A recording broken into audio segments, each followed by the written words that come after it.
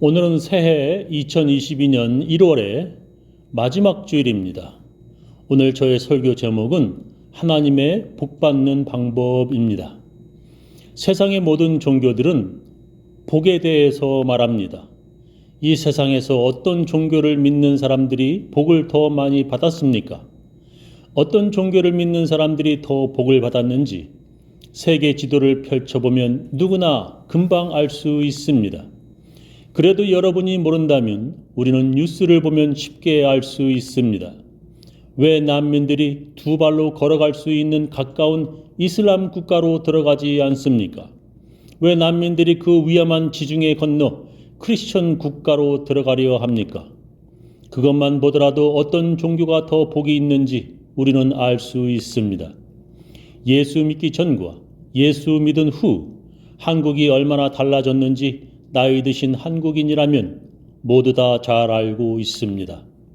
예수 믿기 전 한국에는 굶어 죽는 사람들이 많았습니다. 예수 믿은 후 한국은 굶어 죽는 가난한 외국 사람들을 도와줄 수 있게 되었습니다. 전 세계에서 어떤 민족이 복을 가장 절실하게 받고 싶어 하는지 유대인들이라면 누구나 다 알고 있습니다. 복 받고 싶어서 목숨 걸고 하나님의 천사를 붙잡고 새벽까지 늘어지던 사람이 바로 유대인의 조상 야곱입니다. 어떻게 하면 우리는 복을 받을 수 있습니까? 오늘 성경 본문에 하나님의 복받는 방법이 기록되어 있습니다. 하나님의 복받는 방법은 하나님의 명령에 순종하는 것입니다. 내가 네 하나님 여호와의 말씀을 삼가 듣고 내가 오늘날 네게 명하는 그 모든 명령을 지켜 행하면 네 하나님 여호와께서 너를 세계 모든 민족 위에 뛰어나게 하실 것이라. 네가 네 하나님 여호와의 말씀을 순종하면 이 모든 복이 네게 임하며 네게 미치리니 성읍에서도 복을 받고 들에서도 복을 받을 것이며 네 몸의 소생과 네 토지의 소산과 네 짐승의 새끼와 네 우양의 새끼가 복을 받을 것이며 네 광주리와 떡반죽 그릇이 복을 받을 것이며 네가 들어와도 복을 받고 나가도 복을 받을 것이니라 하셨습니다. 하나님의 명령에 순종하면 복 받는다는 하나님의 약속입니다. 그런데 많은 크리스천들이 하나님의 복에 대해 별 관심이 없습니다. 어떤 목사들은 기복신앙, 즉 복 받겠다는 신앙이 잘못된 것으로 가르치기까지 합니다. 크리스천들이 하나님의 뜻보다 오직 물질적인 복만 받고 싶어하는 것은 잘못된 것입니다. 그러나 성경은 우리들에게 여러 번 반복하여 하나님께서 주시는 복을 말씀하고 있습니다. 그런데도 많은 크리스천들이 하나님이 복 주시면 받고 안 주시면 할 수 없고 그렇게들 생각합니다. 많은 크리스천들이 하나님의 복 받고 싶어하는 마음조차 없습니다. 이렇게 하면 하나님께서 복 주신다고 약속하셨는데 많은 크리스천들이 하나님의 복에 대해 별 관심도 없습니다. 왜 그런 것입니까? 그것은 믿음이 없기 때문입니다. 하나님의 복이 무엇입니까? 여러 가지가 있지만 저는 하나님의 복은 온 가족이 구원받는 것이다고 말씀드렸습니다. 그런데도 자기 자식이 구원받는 것, 천국 가는 것에 그 부모가 별 관심이 없습니다. 그 부모가 복에 대해서 별 관심이 없으니 그 자식들도 별 관심이 없는 것입니다. 하나님의 복은 구원받는 것인데 사랑하는 나의 자식이 믿음이 없어 지옥에 가게 되었습니다. 그런데도 그냥 자식들이 다 커서 이제 너무 돌이키기에는 늦었다고 부모가 그냥 내버려 둡니다. 아무리 말해도 자식들이 말 안 듣는다고 정말 그렇게 내버려 둘 수 있습니까? 자식들은 지옥에 간다는데 오직 자기만 천국에 가도 좋습니까? 오래전에 한국에서 저희 어머니께서는 저 때문에 눈물을 흘리셨었습니다.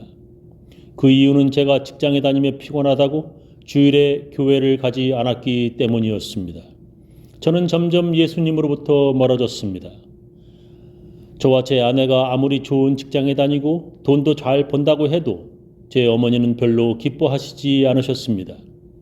제 어머니가 제일 기뻐하시는 것은 우리가 교회에 잘 다니는 것이었습니다. 저는 그때 제 어머니가 이해가 되지 않았었지만 이제는 아주 확실하게 이해할 수 있습니다. 제 어머니의 믿음이 진짜 믿음이었다는 것을 저는 지금 확실하게 알았습니다. 자기 자식이 믿음 없는데도 마음 아파하지 않는 것은 둘 중에 하나입니다. 그것은 믿음이 없던지 아니면 자식 사랑이 없던지입니다. 여러분, 믿음이 없는 사람은 하나님의 복 받는데 장애물이 많습니다.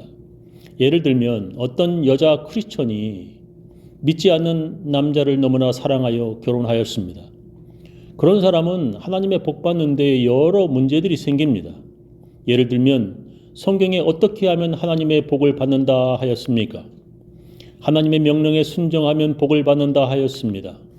하나님께서는 예배드리는 사람에게 복을 주시겠다고 약속하셨습니다. 내게 토단을 쌓고 그 위에 너의 양과 소로 너의 번제와 화목제를 드리라. 내가 물은 내 이름을 기념하게 하는 곳에서 내게 강림하여 복을 주리라 약속하셨습니다. 믿지 않는 자들은 하나님께 예배드리러 가기를 아주 싫어합니다. 믿지 않는 자들은 일요일에 집에서 쉬고 싶어 합니다. 그들은 일요일에 귀찮게 옷을 차려입고 예배드리러 교회 가는 것을 너무나 싫어합니다.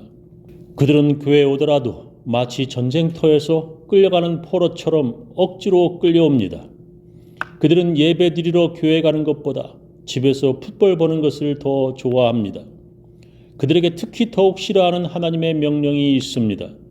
너의 양과 소를 하나님께 드리라는 말씀입니다.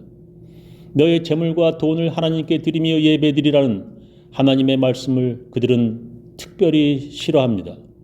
하나님께서 성경에 이렇게 말씀하십니다. 만군의 여호와가 이르노라.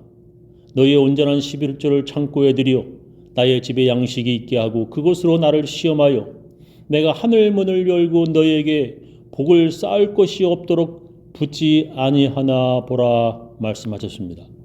11조를 하나님께 드리라는 것입니다. 그러면 하나님께서 복을 쌓을 곳 없도록 하늘의 문을 여시고 부어주시겠다고 약속하셨습니다. 근데 어떤 크리스천들은 11조 내는 것을 마치 강도에게 돈 뺏기는 것처럼 싫어합니다. 믿지 않는 자들은 미쳤어? 교회에다 돈 갖다 바치게 말합니다. 그들은 예배 드리러 가서 하나님께 헌금 내는 것보다 맥주와 치킨을 사 먹으며 슈퍼볼 보는 것을 더 가치 있다고 생각합니다. 믿지 않는 자들은 11조 내는 것보다 집에 이미 권총이 있는데 또 사냥총 하나 더 사는 것을 훨씬 더 좋아합니다. 그들은 교회에 헌금할 돈 있으면 그 돈으로 술이나 마약 사는 것을 더 좋아합니다. 크리스천이 믿지 않는 자와 부부가 되면 예배 드리기도 힘들고 11조는 생각조차 못하게 됩니다. 성경에 11조는 하나님의 것이라고 기록되어 있습니다.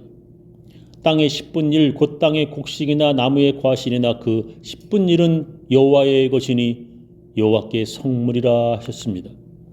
모든 소득의 10분의 1은 여호와의 것이라고 성경은 말씀하십니다. 그런데도 사람들은 하나님의 것을 도둑질합니다. 사람이 어찌 하나님의 것을 도적질하겠느냐? 그러나 너희는 나의 것을 도적질하고도 말하기를 우리가 어떻게 주의 것을 도적질하였나이까 하도다. 이는 곧 11조와 헌물이라. 너희 곧 온 나라가 나의 것을 도적질하였으므로 너희가 저주를 받았느니라 말씀하십니다. 하나님의 것을 도둑질하여 복받기는커녕 저주를 받았다고 성경은 말씀하십니다. 그래서 아무리 자기가 예수 믿는 크리스천이라 할지라도 예수 믿지 않는 사람과 결혼하면 그런 복받는 방법인 하나님의 명령에 순종하기가 아주 어렵습니다. 예수 믿지 않는 자와 부부가 되면 참으로 하나님의 말씀을 순종하기 어렵게 됩니다. 그래서 복을 받지 못하고 하나님의 저주를 받게 됩니다. 그러나 여러분, 낙심하지 마시기 바랍니다.